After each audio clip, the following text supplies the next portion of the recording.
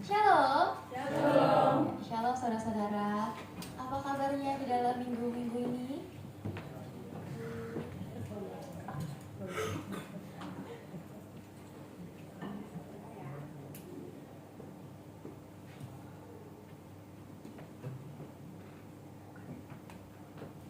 Ya, sekali lagi. Apa kabarnya di dalam minggu-minggu ini? Luar biasa. Luar biasa. Ada sukacita? Amin. Amin. Walaupun agak ada yang tertunduk-tertunduk, mungkin sedang berbuat berat, tapi dalam Tuhan selalu ada sukacita baru. Amin. Amin. Amin. Di dalam bulan-bulan ini temanya masih sama, itu building holiness, membangun suatu kekudusan. Nah, aku coba mau tarik mundur lagi mengenai prinsip dari kita sebagai orang percaya. Di sini siapa yang percaya bahwa Tuhan Yesus telah datang ke dunia? Satu di belakang, 2, 3, 4, 5. Oke, sekali lagi. Siapa yang percaya bahwa Tuhan Yesus sudah datang ke dunia? Men. Ya, ini hal yang sangat dasar yang perlu kita sama-sama pahami dan percayai. Karena tanpa kehadiran Tuhan Yesus datang ke dunia ini, kita tidak bisa diselamatkan, saudara-saudara. Siapa yang mau menjadi korban pengganti kita, orang yang berdosa ini, kalau bukan Tuhan? Lalu pertanyaan yang kedua, siapa yang percaya bahwa Tuhan Yesus akan datang kembali ke dunia ini untuk menjemput kita orang percaya? Amin. Ini kabar sukacita yang luar biasa, bahwa ketika kita tahu bahwa Tuhan Yesus sudah datang menebus kita, dan kelak Tuhan juga akan datang menjemput kita. Oke, kita coba baca ayat sama-sama di Titus 2 ayat 13.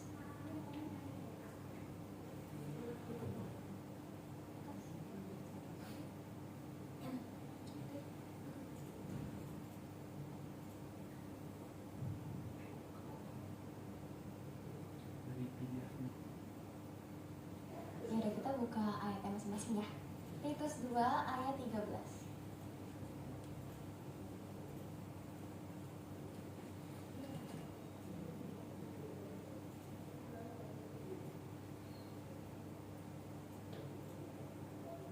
Sudah ketemu?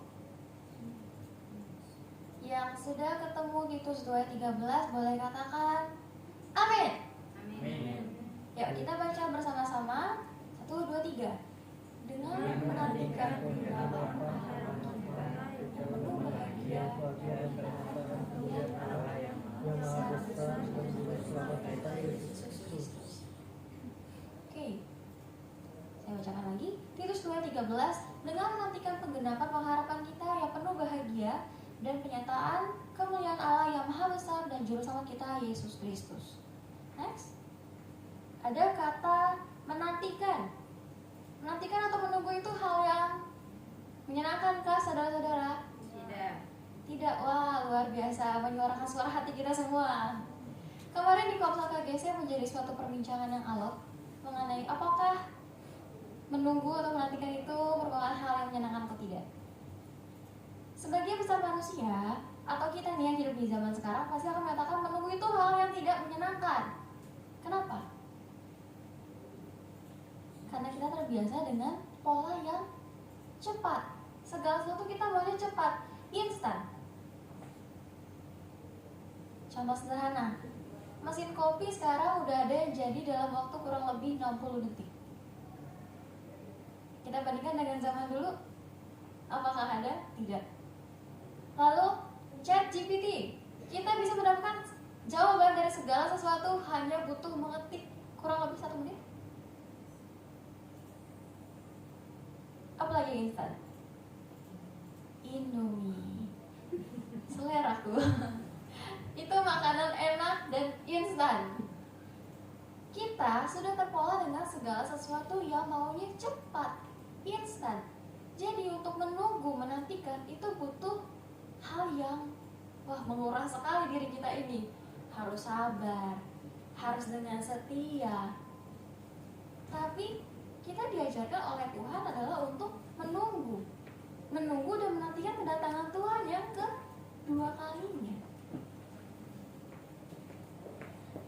Lalu kemarin di KGC itu ada juga pembicaraan mengenai menunggu itu bisa menjadi suatu hal yang menyenangkan. Nah ini mungkin kita lihat dari perspektif yang berbeda ya. Kemarin ini coba Stanley, boleh di-share, kemarin kan kamu bilang menunggu itu menyenangkan. Gimana sih menunggu itu bisa menyenangkan? Kalau kita menunggu satu hal yang kita sukai. Kalau kita menunggu hal yang kita sukai akan bisa menjadi menyenangkan. Kemarin Beth, share-nya apa? Menunggu gimana? Gak suka. Karena ya kalau disuruh nunggu pasti mau aja, tapi kalau dari awal langsung perasaan tuh nggak suka. gak suka menunggu. Oke. Ya, jadi menunggu ini bisa membuat kita memiliki perasaan yang negatif atau perasaan yang positif. Tergantung kita mulai dari perspektif yang mana. Dalam menunggu atau menantikan sesuatu, itu kan butuh waktu ya saudara-saudara, betul? Dan dalam waktu tersebut merupakan suatu proses. Proses pada umumnya adalah tidak mengenakan bagi daging kita. Contoh, Kak Prista menunggu anak-anak sekolah siap-siap. Menyebalkan kakak. Saya biasanya sambil menunggu pasti melakukan hal lain. Melakukan hal lain. Jadi nggak bosen. Jadi harus oke. Berarti itu adalah cara yang dilakukan supaya suatu kegiatan menunggu menjadi sesuatu yang bermanfaat juga. Iya. Betul Kak? Oke. Lalu menunggu Kadesi gimana? Balik sekarang ditunggu. Waduh, oke nanti dibahas dalam hal terpisah. Joyce, gimana menunggu hal yang diinginkan rasanya? Membosankan. Oke, jadi masing-masing dari kita pasti merasakan hal-hal yang seperti ini saat menunggu atau menantikan. Nantikan jam istirahat, aduh lama banget, pengen cepat istirahat, kerja mulu capek. Nantikan jam pulang, aduh aku pengennya cepet pulang supaya bisa istirahat, supaya bisa main, supaya bisa melanjutkan aktivitas. Setuju Hena? Setuju. Tapi ketika kita dalam proses itu, sebenarnya kita harus bersyukur. Kenapa? Karena Tuhan memberikan kita waktu, memberikan kita kesempatan. Jadi ketika Tuhan mengizinkan kita saat ini menunggu dalam masa penantian, bersyukur saudara-saudara, Tuhan masih kasih kita suatu kesempatan. Tadi Kak Prista sambil nunggu anak-anak bisa mengerjakan yang lain. Ada kesempatan waktu yang diberikan untuk mengerjakan hal yang lain.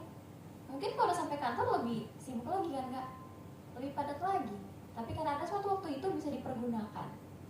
Coba kita refleksikan, apa sih dalam hidup kita saat ini Tuhan lagi buat kita menunggu apa?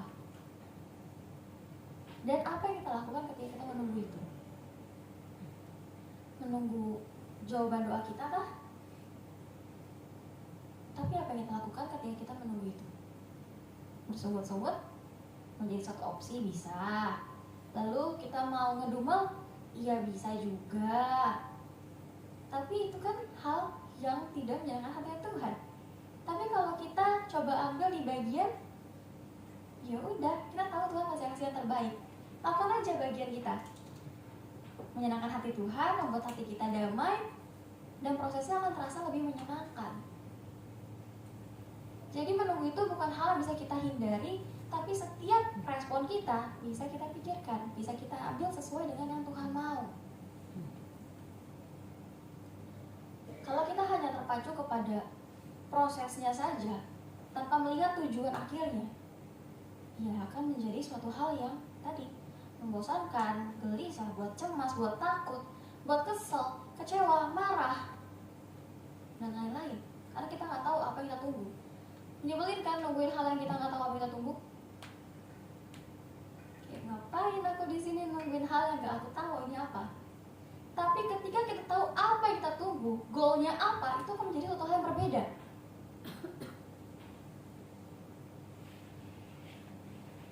Joyce nungguin sang hujan hatinya pulang ke rumah.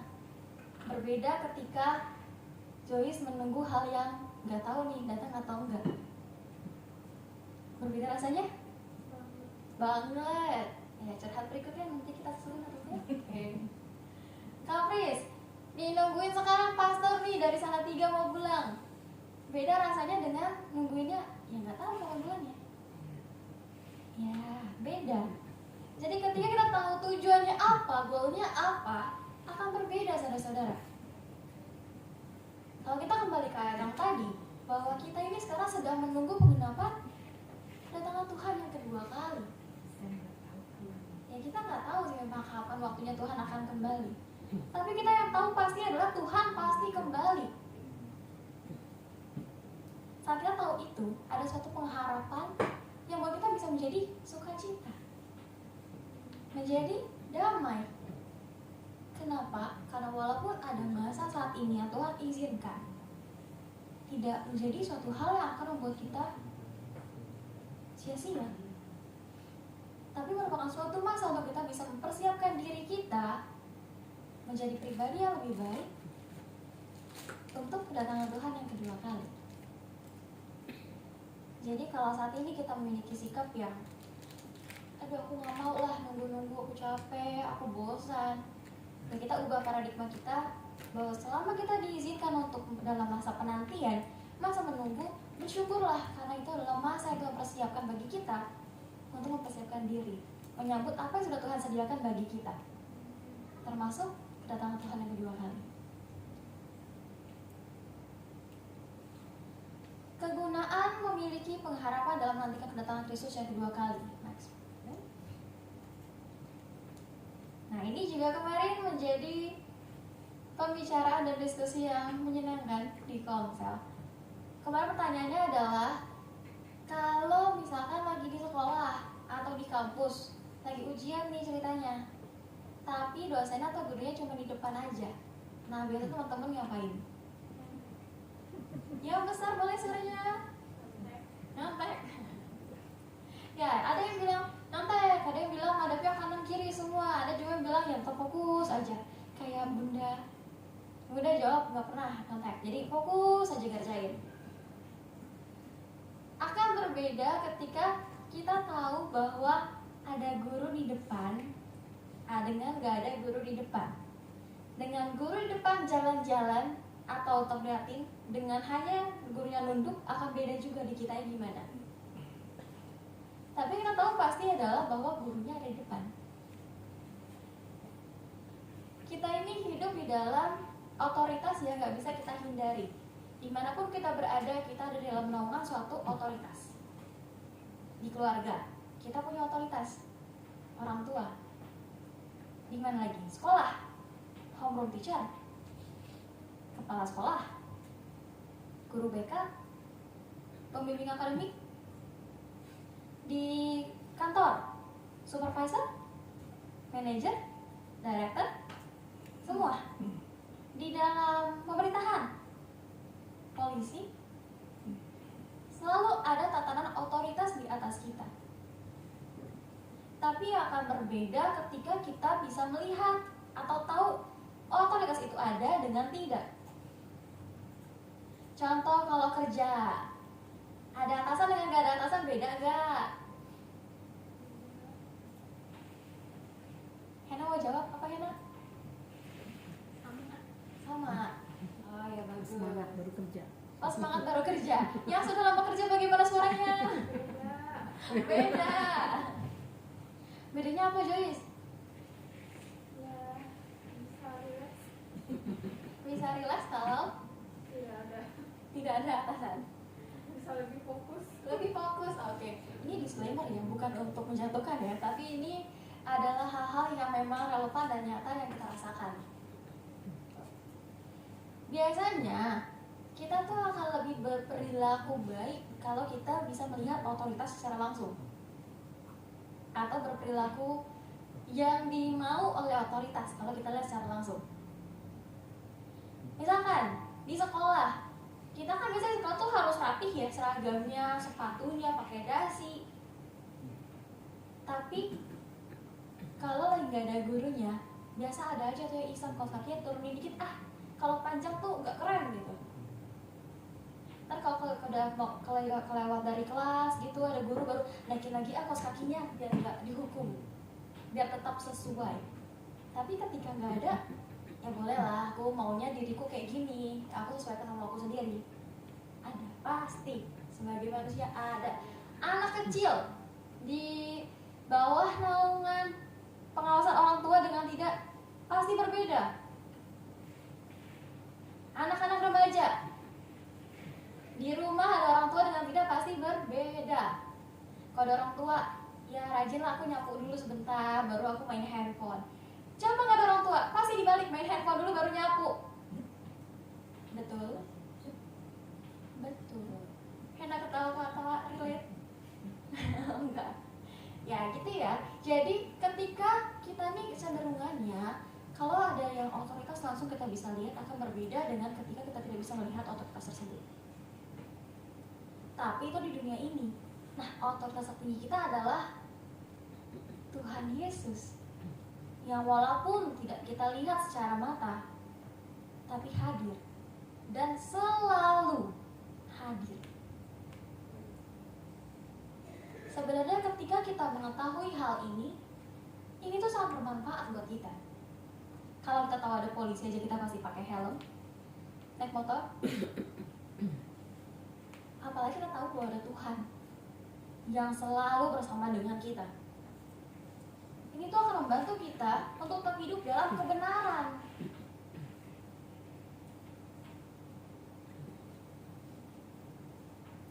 Jadi, suatu proses untuk menunggu menantikan, itu sebenarnya kesempatan kita mempersiapkan diri untuk terus hidup di dalam kebenaran.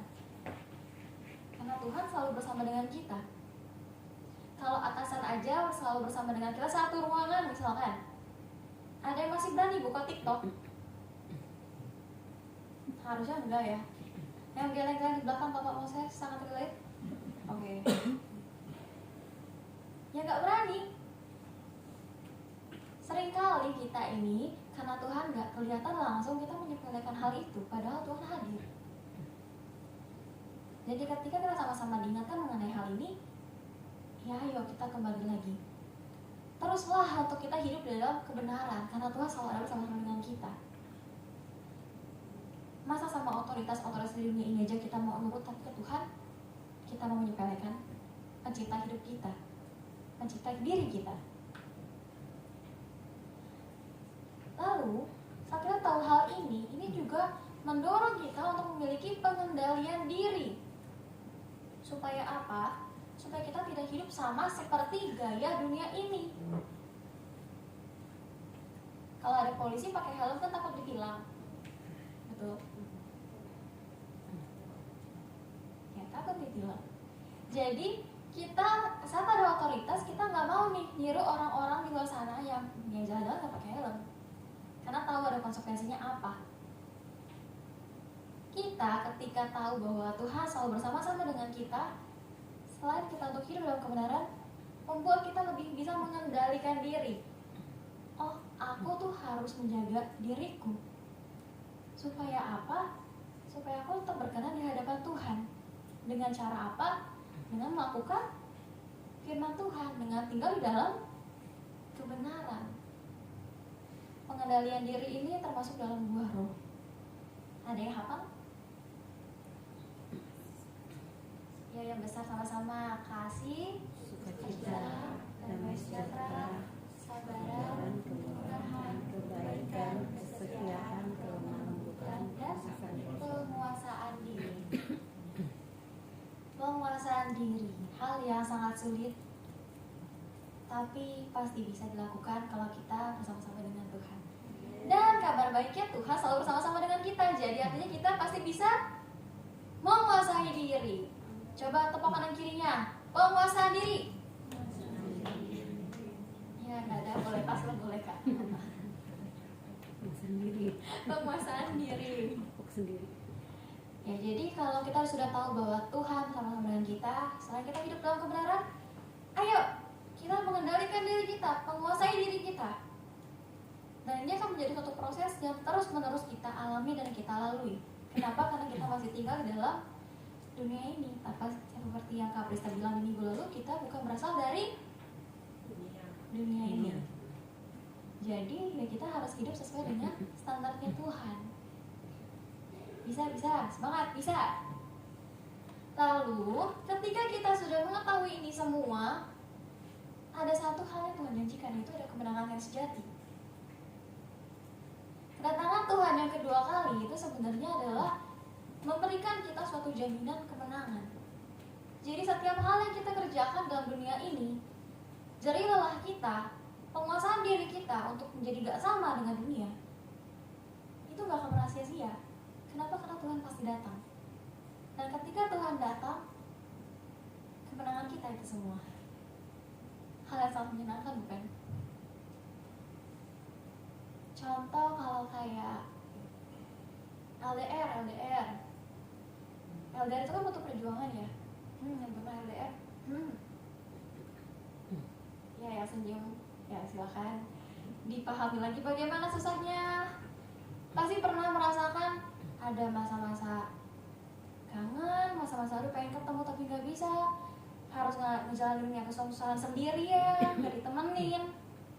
Tapi ketika bertemu, ya udah sudah selesai, nggak merupakan suatu kebahagiaan. Kita ini sekarang sedang masa-masa yang menantikan kedatangan Tuhan yang kedua kali. Ya betul, kita tetap harus hidup dalam kebenaran, kita harus mengendalikan diri kita, tapi kita tahu bahwa semua ini gak akan sia-sia karena ada tujuannya. Dan tujuan itu adalah pasti, Tuhan Yesus datang kedua kali menjemput kita semua. Amin. Nah sekarang kan tadi tepuk ke kanannya, sekarang coba tepuk ke depan belakang, bilang kita menang bersama Tuhan. Kita menang bersama Tuhan. Amin. Next. Di sini tuh ada 4 kualitas. Kualitas sebagai orang-orang percaya yang sedang menantikan Tuhan, itu harusnya seperti ini. Dan ketika kita sudah memiliki kualitas ini, sudah tidak diragukan, kita pasti akan nanti dijemput oleh Tuhan. Yang pertama, kita ini sudah menjadi milik Kristus. Kita buka ayatnya ya, Yohanes 3 ayat 5. Kalau saudara mau buka di Alkitab masing-masing juga boleh.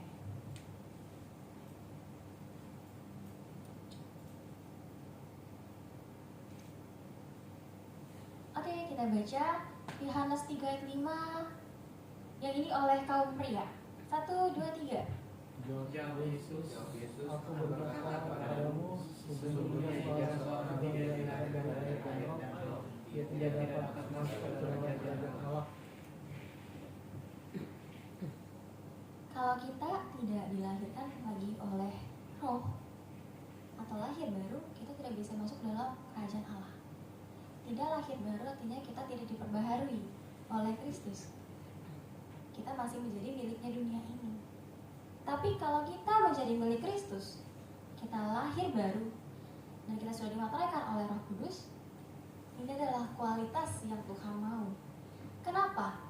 Kalau kita masih menjadi miliknya dunia, apa bisa kita menantikan Tuhan dengan sungguh-sungguh? Ya nggak mungkin.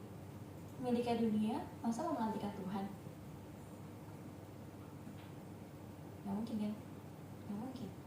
Tapi kalau kita miliknya Tuhan, kita udah ada standar yang memang connect dari diri kita tuh ke Tuhan. Jadi proses kita menantikan Tuhan itu menjadi proses yang bisa menyenangkan. Dan walaupun prosesnya tidak menjadi hal yang mudah, tidak pernah menjadi hal yang mudah, tapi kita pasti mampu. Kenapa? Karena kita miliknya Tuhan. Suami istri yang lagi long distance marriage, LDM, kan belong to each other ya, saling memiliki. Walaupun mereka terpisah saja dalam jarak, tapi mereka saling memiliki. Ada kendala? Pasti ada. Temenan aja jarak jauh pasti ada kendalanya. Pacaran aja ada, apalagi pernikahan. Pasti ada kendalanya. Tapi ketika mengalami semua kendala itu, memiliki satu sama lain, udah ada koneksinya, memudahkan daripada tidak memiliki koneksi sama sekali. Kita sebagai miliknya Tuhan, kita tuh punya koneksi ke Tuhan karena Tuhan pemilik kita. Jadi ketika kita menantikan itu, ya ayo kita upgrade diri kita supaya kita memiliki kualitas ini. yaitu benar-benar menjadi miliknya Kristus. Kalau ada dari bagian-bagian kita yang kita merasa, aduh kayaknya bagian ini aku masih maunya menjadi milik dunia aja deh, lebih enak, gak perlu sakal diri, ya ayo kita lepaskan itu saat ini, karena kita sepenuhnya milik Kristus. Nah, harus digarisbawahi bahwa yang sepenuhnya milik Kristus, yang sudah lahir baru dan dimateraikan oleh Roh Kudus sajalah yang kelak bisa bersama-sama dengan Tuhan. Yang kedua ini adalah kita hidup di dalam Kristus.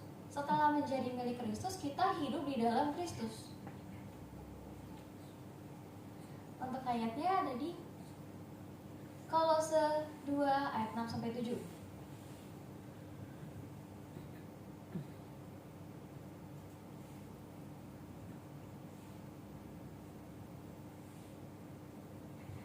Oke, kita baca bersama-sama ya. Yang kali ini adalah kaum wanita.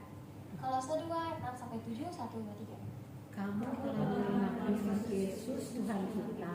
Karena itu hendaklah hidupmu tetap di dalam Dia. Tetap di dalam Dia dan dibangun oleh Dia, sehingga kamu dapat teguh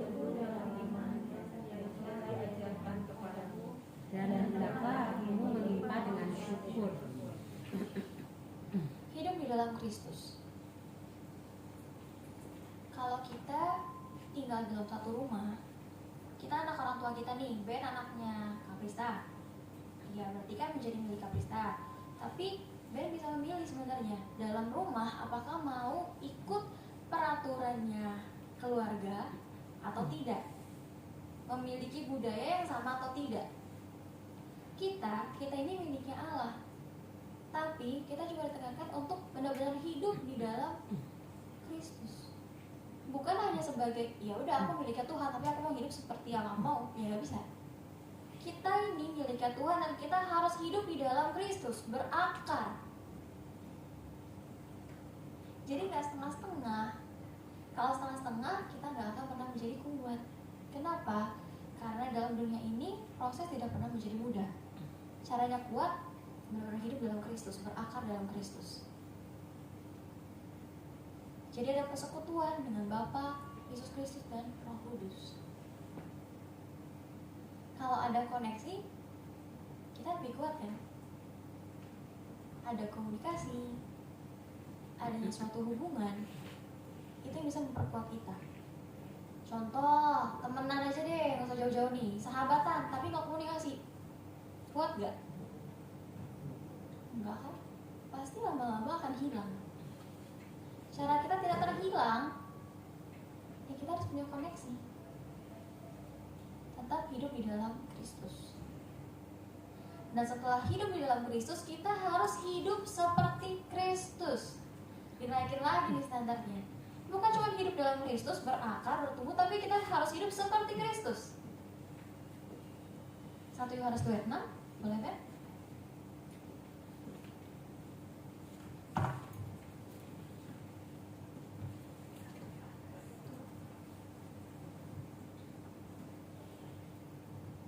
Yohanes 2 ayat 6. Boleh dibantu oleh kaum pria? Silakan. 1, 2, 3. Barang siapa mengatakan bahwa dia ada dalam Dia, ia wajib hidup sama seperti Kristus telah hidup. Wajib hidup sama seperti Kristus telah hidup.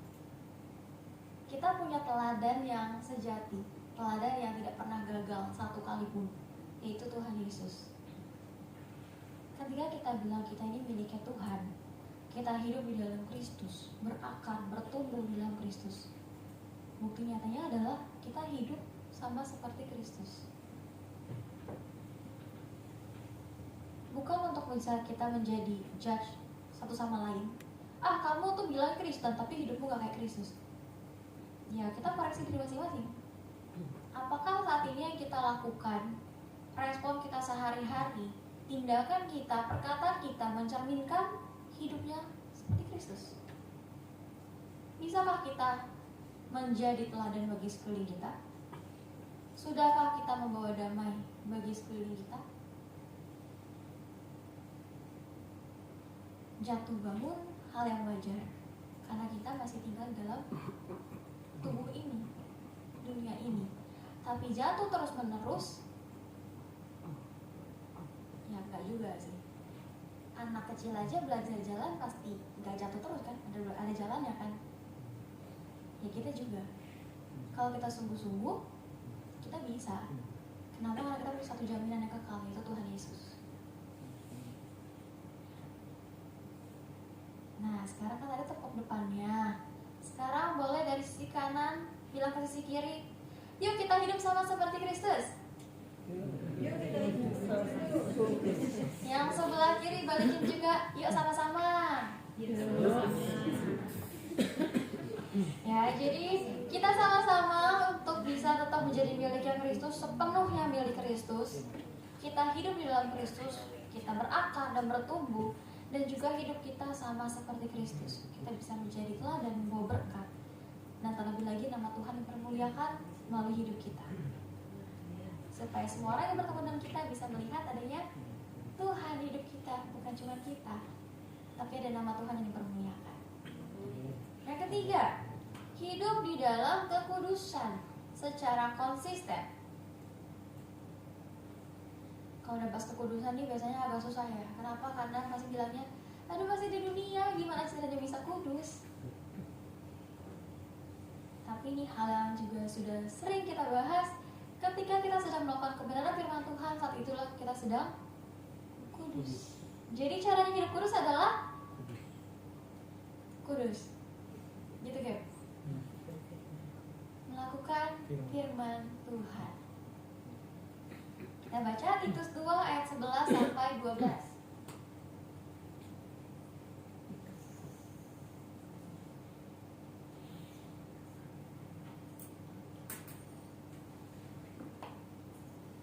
Oke, bisa dibantu oleh kaum remaja.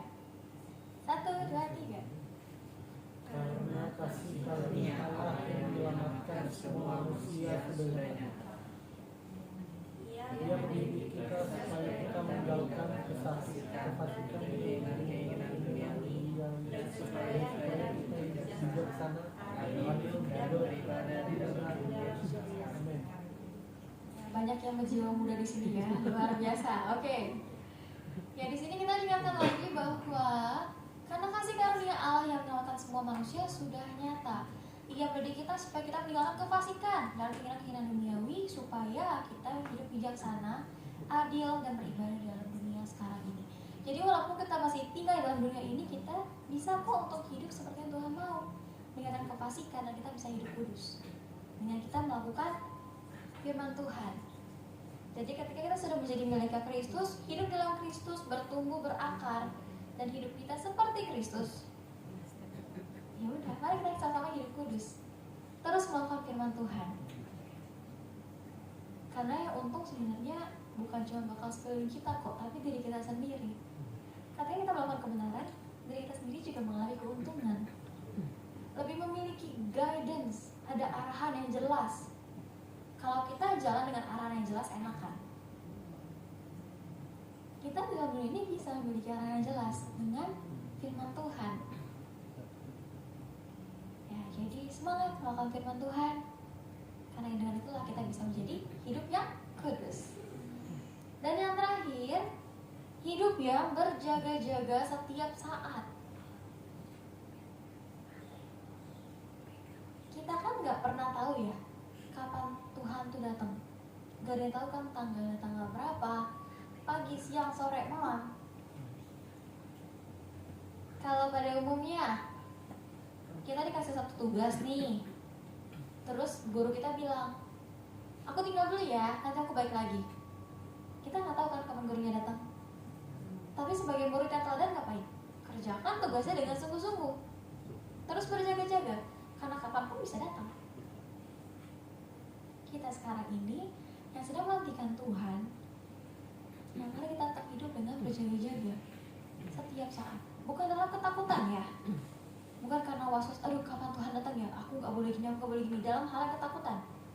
Tapi kita berjaga-jaga karena kita tahu aku harus ready saat Tuhan datang. Berarti ready-nya kapan? Setiap saat. Melakukan firman-Nya kapan? Setiap saat. Menjadi milik Kristusnya kapan? Sepenuhnya, setiap saat. Kita baca ayatnya di Lukas 21 ayat 36.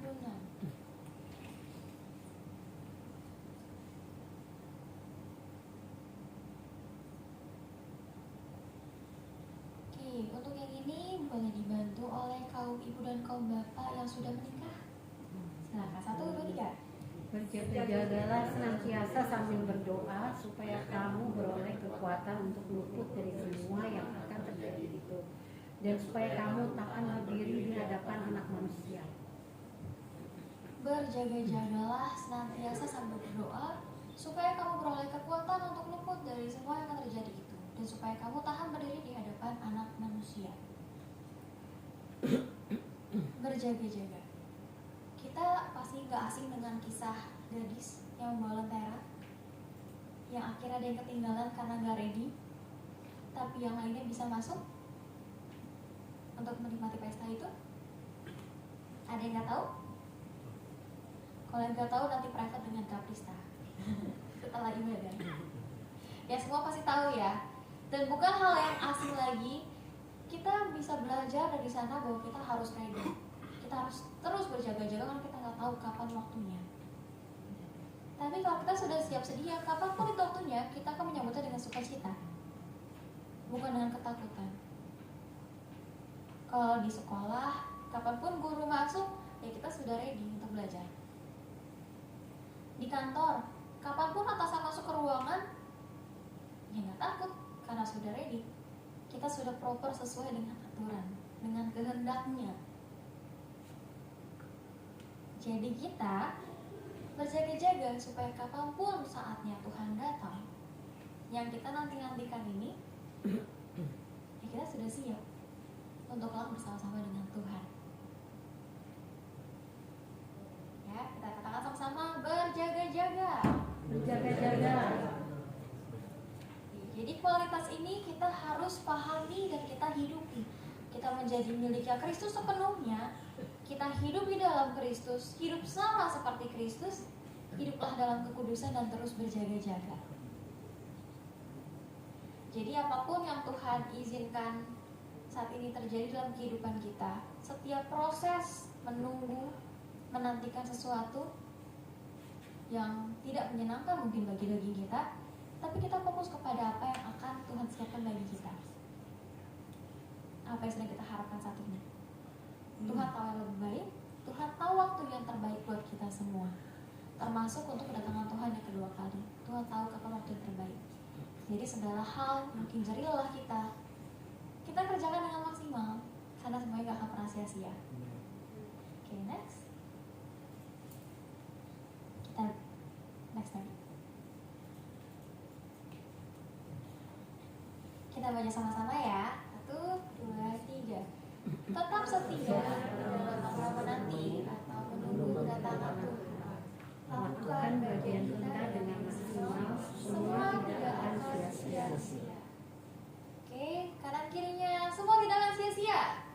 Semua tidak akan sia-sia. Semangat. Semangat. Ya, semangat ya buat kita semua karena semuanya gak akan pernah sia-sia. Walaupun kita diizinkan saat ini untuk menanti dan juga menunggu kedatangan Tuhan yang kedua kali, ataupun apapun itu kita harapkan saat ini dan belum kita dapati, kita syukuri karena merupakan suatu kesempatan kalau kita bisa memperbaiki diri kita menjadi pribadi yang lebih baik lagi, lebih siap lagi untuk menerima apa yang akan Tuhan siapkan bagi kita semua. Amin. Mari kita tutup doa. Tuhan Yesus, terima kasih kami ucap syukur dan Bapa untuk setiap pimpinan Tuhan dalam kehidupan kami. Terima kasih untuk masa-masa yang selalu Tuhan siapkan dalam kehidupan kami, walaupun masa mungkin masa untuk menantikan sesuatu, masa untuk menunggu, dan juga kerinduan kami yang paling dalam itu untuk menunggu kehadiran Kau yang kedua kali, datangan Kau kedua kali bagi kami semua. Kiranya Tuhan bisa memampukan kami dalam masa-masa ini dalam memiliki proses yang benar, respon yang benar, dan supaya kehidupan kami pun banyak memuliakan nama Tuhan. Ajari kami ya Bapa untuk kami bisa terus memiliki hati yang sungguh-sungguh paham dan juga tetap memiliki pola pikir yang benar. Kami ini milik Kristus, kami sepenuhnya adalah milik Engkau, dan walaupun kami masih tinggal dalam dunia ini, kami bukan menjadi milik dunia, tapi kami adalah milik Engkau. Mampukan kami untuk bisa hidup sesuai dengan yang Engkau mau, Kami boleh menjaga kekudusan kami, menjadi teladan seperti Engkau telah menjadi teladan bagi kami, supaya kami juga boleh menjadi berkat bagi sekeliling kami dan nama Tuhan dipermuliakan melalui kehidupan kami. Supaya setiap orang yang juga bertemu dengan kami, mereka boleh lihat adanya Engkau dalam hidup kami. Dan juga ya Bapa, mampukan kami untuk terus bisa berjaga-jaga, bukan dalam ketakutan, tapi dalam sukacita yang besar bahwa kami tahu bahwa Engkau akan datang kedua kalinya menjemput kami semua. Nah, setiap hal yang kami kerjakan menjadi lelah kami, tidak akan menjadi lelah sia-sia. Apakah kami tahu Tuhan bahwa semua ini adalah proses yang Tuhan izinkan terjadi, suatu kesempatan bagi kami untuk terus memperbaiki diri kami, supaya kelak Kau hadir lagi Tuhan, Kau datang kedua kali dalam dunia ini, kami sudah siap untuk bersama-sama dengan Engkau. Terima kasih ya Bapa, kiranya Engkau yang terus menjadi penerang kehidupan kami dan juga memimpin hidup kami. Dalam nama-Mu kami bersyukur, amin. Amin.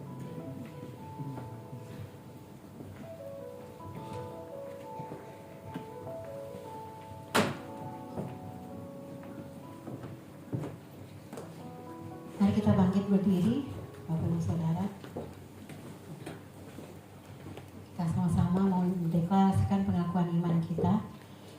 Aku percaya kepada Allah, Bapa yang Maha Kuasa, Khalik langit dan bumi, dan kepada Yesus Kristus, anaknya yang tunggal Tuhan kita, yang dikandung dari Roh Kudus, lahir dari anak darah Maria, yang menderita sengsara di bawah pemerintahan Pontius Pilatus, disalibkan, mati dan dikuburkan, turun ke dalam kerajaan maut. Pada hari yang ketiga, bangkit pula dari antara orang mati, naik ke surga, duduk di sebelah kanan Allah, Bapa yang Maha Kuasa. Dan dari sana Ia akan datang untuk menghakimi orang yang hidup dan yang mati. Aku percaya kepada Roh Kudus, gereja yang kudus dan am, persekutuan orang kudus, pengampunan dosa, kebangkitan tubuh, dan hidup yang kekal. Amin.